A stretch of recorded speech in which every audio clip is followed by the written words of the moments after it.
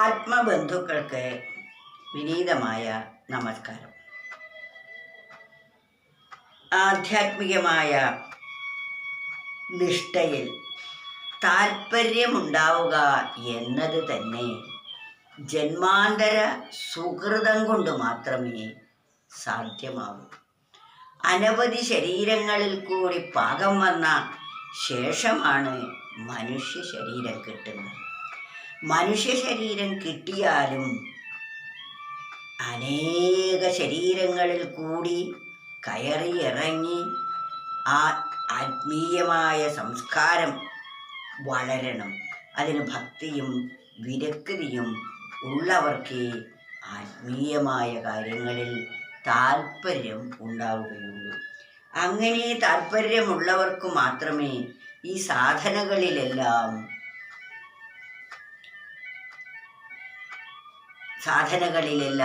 സംതൃപ്തിയുളവായി അതനുഷ്ഠിക്കാനും തോന്നുകയുള്ളൂ.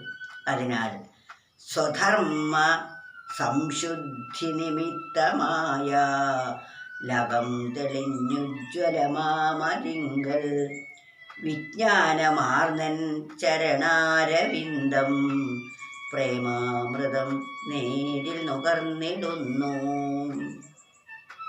സ്വധർമ്മ സംശുദ്ധി നിമിത്തമായാൽ സ്വധർമ്മം ശുദ്ധമായി താൻ ചെയ്യേണ്ടത് ആത്മാർത്ഥമായും നിഷ്കാമമായും ഫലേച്ഛ കൂടാതെയും താൻ ചെയ്യേണ്ടുന്ന സ്വധർമ്മം ചെയ്താൽ അകം ശുദ്ധമാകും. നമ്മുടെ മനസ്സ് ശുദ്ധമാകണമെങ്കിൽ നമ്മൾ ചെയ്യേണ്ടതായ കർമ്മം ഫലേച്ഛയും കർത്തൃത്വ ബുദ്ധിയും ഇല്ലാതെ ചെയ്യണം. അങ്ങനെ ചെയ്താൽ മാത്രമേ നമുക്ക് വിജ്ഞാനമാർന്നൻ ചരണാരവിന്ദം അരവിന്ദ പ്രേമാമൃതം നേരിൽ നുകർന്നിടുന്നു. അങ്ങനെയുള്ള വ്യക്തികൾക്ക് മാത്രമേ ഈശ്വരനിൽ പരിപൂർണമായും ശരണം പ്രാപിക്കാൻ തോന്നുകയുള്ളൂ. ആ ഈശ്വരപ്രേമം അവരിൽ മാത്രമേ അങ്കുരിക്കുകയുള്ളൂ. ഈശ്വരപ്രേമം ഉണ്ടായാൽ മാത്രമേ നമുക്ക് അതിനോടുള്ള ആഭിമുഖ്യം ഉണ്ടാവുകയുള്ളൂ.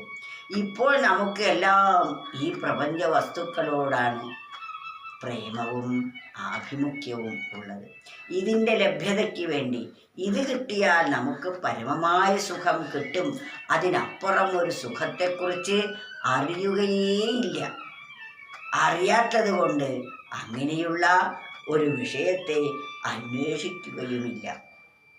ഈ പ്രപഞ്ചത്തിലെ എല്ലാ വസ്തുക്കളും തനിക്ക് ദുഃഖം ആണ് തരുന്നത് എന്ന് ബോധ്യം വന്നാൽ മാത്രമേ ഇതിൽ നിന്ന് വിടാൻ തോന്നുകയുള്ളൂ.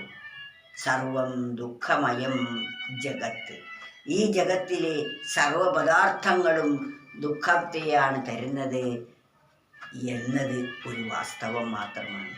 എന്നാൽ അജ്ഞാനം കൊണ്ട് ഇതാണ് പരമസുഖം എന്ന് നാം ഓരോരുത്തരും തെറ്റിദ്ധരിച്ചിരിക്കുന്നു. ആ തെറ്റിദ്ധാരണയ്ക്കാണ് മായ എന്ന് പറയുന്നത്. മായയ്ക്ക് വിധേയമായി നാം സുഖത്തെ ദുഃഖമായും ദുഃഖത്തെ സുഖമായും തെറ്റിദ്ധരിച്ചിരിക്കുന്നു. ഈ തെറ്റിദ്ധാരണ നീങ്ങണമെങ്കിൽ ആത്മജ്ഞാനം നേടുക മാത്രമാണ് അതിനുള്ള പോംവഴി. അതാണ് സ്വധർമ്മ സംശുദ്ധി നിമിത്തമായാൽ അകം തെളിഞ്ഞുജ്വലമാമതിങ്കൽ. സ്വധർമ്മം നിഷ്കാമമായി നമ്മൾ ചെയ്യുമ്പോൾ നമ്മുടെ മനസ്സ് പരമ പവിത്രമാകും. അങ്ങനെ പവിത്രമായ മനസ്സിലാണ് ആത്മദാഹം ഉണ്ടാവുക. ആത്മദാഹം ഉണ്ടായാൽ മാത്രമേ ആത്മാർത്ഥമായി നമുക്ക് സാധന ചെയ്യാൻ സാധിക്കുകയുള്ളൂ. ആത്മാർത്ഥമായി നമുക്ക് ഈശ്വരപ്രേമം അങ്കുരിക്കുകയുള്ളൂ. അങ്ങനെ അങ്കുരിച്ചവർക്ക് മാത്രമേ അതിൻ്റെ അനുഭൂതി തലത്തിലേക്ക് എത്താനും അതുമായി താതാത്മ്യം പ്രാപിക്കാനും സാധിക്കുകയുള്ളൂ. അപ്പോഴാണ് നമ്മുടെ ജീവിതം ധന്യമായിത്തീരുന്നത്.